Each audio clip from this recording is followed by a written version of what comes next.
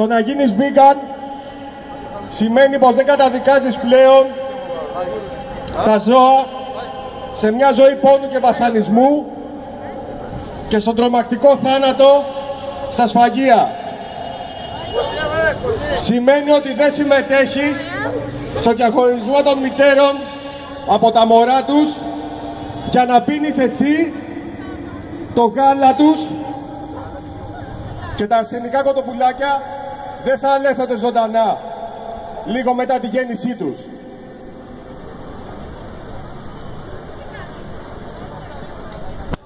Ξέρεις πράγματα για τα ζώα που τρως που κανείς δεν θα έπρεπε να γνωρίζει και που κανείς δεν θα ήθελε να γνωρίζει για ένα από τα αδέρφια του.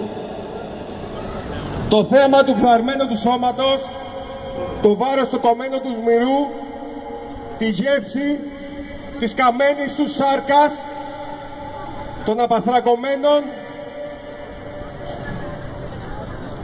και σπασμένων πλευρών τους, τη γεύση και την υφή κάθε πτυχής της απελπισίας τους, της υποβάθμισής τους και της ήττας τους. Ξέρεις κάθε λεπτομέρεια των όσων τα έχεις αναγκάσει να είναι αντικείμενα προς κατανάλωση.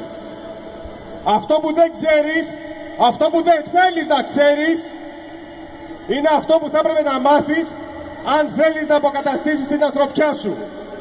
Το ποια είναι. Το κρέας είναι η λέξη της αντικειμενοποίησης.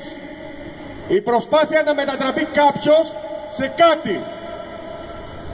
Αναφερόμενοι σε ένα ζώο ως κρέας, η βιομηχανία κρέατος επιδιώκει να δημιουργήσει ένα ηθικό κενό στο μυαλό των καταναλωτών, την πλήρη υποσύνδεση μεταξύ της ταυτότητας του ζώου και του προϊόντος της σάρκας του.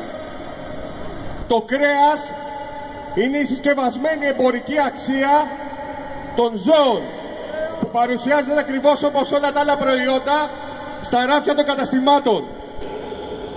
Απόλυτα διαχωρισμένη από αυτό που πραγματικά ήταν υπέροχες συναισθανόμενες ζωές. Ακριβώς όπως ο άνθρωπος όμως, κάθε ζώο που δολοφονήθηκε για να καταλήξει ως προϊόν αποτελούνταν από ένα μοναδικό σύνολο σκέψεων, ενδιαφερόντων, συναισθημάτων, αναμνήσεων, εμπειριών και επιθυμιών και μπορούσε να βιώσει χαρά, θλίψη, φόβο και πόνο. Πρέπει να αλλάξουμε τη γλώσσα για χάρη των ζώων. Το να τρως κρέας σημαίνει να τρως ένα ζώο, το πτώμα ενός ζώου.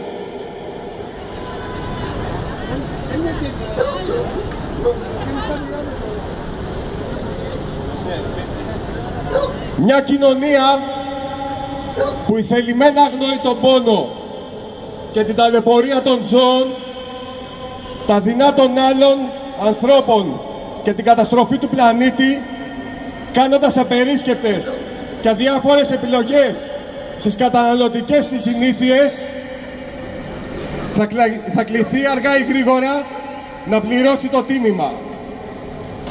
Ο vegan τρόπος ζωής είναι αυτός που θα βοηθήσει στον τερματισμό του κύκλου της βίας.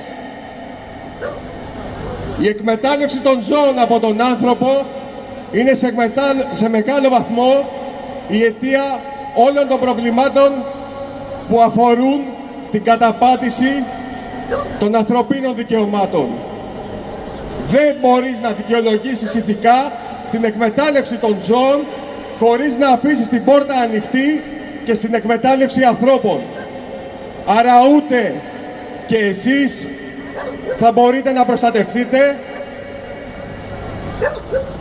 από την εκμετάλλευση, μιας και τα κριτήρια που χρησιμοποιείτε για να δικαιολογήσετε την άρνηση των δικαιωμάτων στα ζώα μπορούν επίσης να χρησιμοποιηθούν και για να στερήσουν τα δικά σας από κάποιον άλλον.